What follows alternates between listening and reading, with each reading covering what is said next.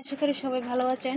তো বন্ধুরা, আজকে রেসিপি নিয়ে চলে আসলাম নদীর তাজা তাজা পাঙ্গাস মাছ। এটা হচ্ছে নদীর তাজা পাঙ্গাস মাছ। তো বন্ধুরা, এটাকে রান্না করা হবে কষিয়ে। আসলে এটাকে ভাজলে এটা মাছটা পাইপ ভেঙে যায়, আর আমি ভাজতে গেলে তো এটাকে আরও ঘন্ট করে ফেলবো। তাই ভাবলাম এটাকে আজকে কষিয়ে রান্না করি। সামান্য করে নুন, সামান্য করে লঙ্কা, আর সামান্য করে হলুদ নিব। তেল দিয়ে দিলাম।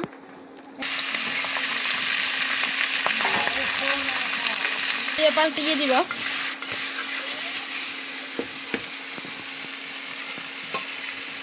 কষা হয়ে গেল। এই মাছটা রান্না করা হবে ধুন্দুল দিয়ে। তেল দিয়ে দিলাম। তেলে দিয়ে দিলাম দুটো ফোড়ন রাখা পেঁয়াজ।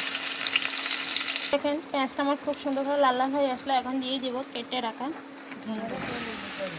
সামান্য করে সামান্য করে ঝোলটা একটু তেলের মধ্যে ভালো করে কষিয়ে নিলাম। পরিমাণ মতো হলুদ দিব, পরিমাণ মতো ঝাল গুঁড়ি, পরিমাণ মতো রাখা আদা লঙ্কা কষিয়ে নেব। সেদ্ধ হয়ে আসলো কষানো রাখা মাছগুলি। তো বন্ধুরা, আজকে আমার এই রেসিপিটি ভালো লেগে থাকলে সবাই লাইক কমেন্ট শেয়ার করে পাশে থাকবেন। ধন্যবাদ বন্ধুরা।